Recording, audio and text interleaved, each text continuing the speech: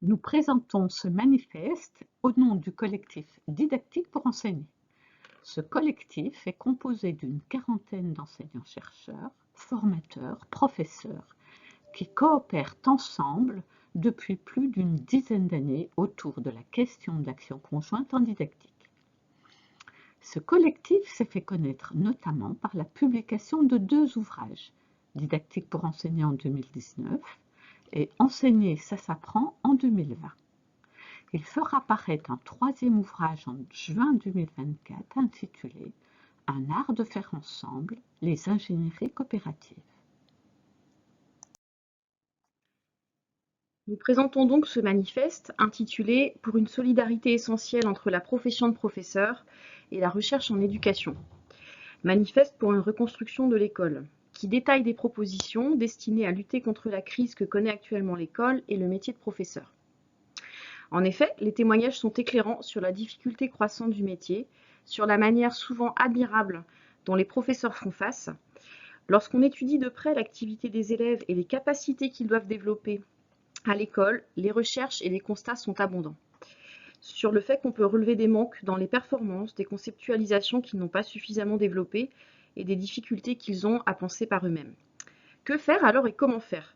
Nous proposons 2 actions fondamentales. Action 1, refonder et reconstruire la formation et le métier de professeur dans la coopération professeur-chercheur. Action 2, reconstruire la recherche en éducation en proposant un Institut national de l'éducation et de la recherche en éducation. Comme on peut le voir sur ce schéma, nous proposons une solution simple. 1.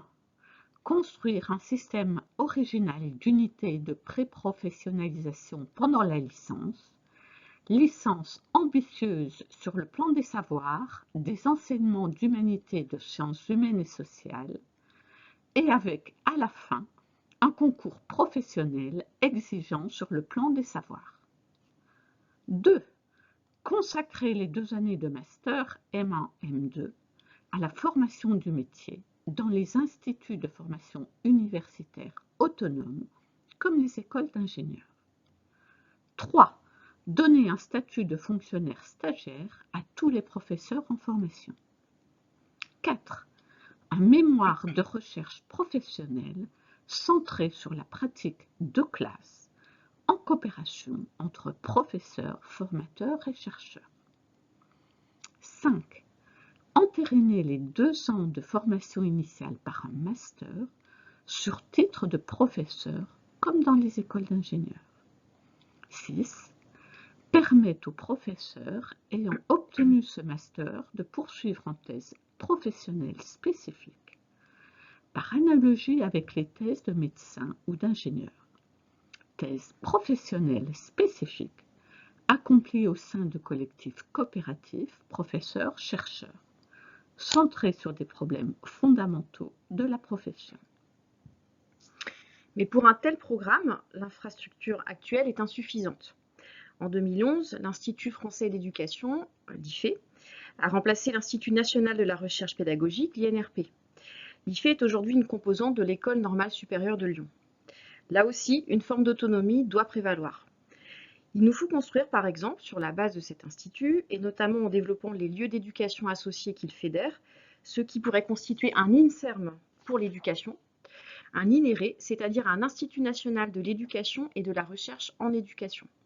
Établissement public à caractère scientifique et technologique, qui deviendrait un lieu crucial de la rencontre entre celles et ceux qui travaillent dans l'école et avec l'école. Une formation et une recherche en éducation ainsi renouvelées pourraient avancer dans le sens d'une coopération intense entre professeurs et personnel d'éducation, entre professeurs et personnel d'éducation d'une part et chercheurs en éducation d'autre part.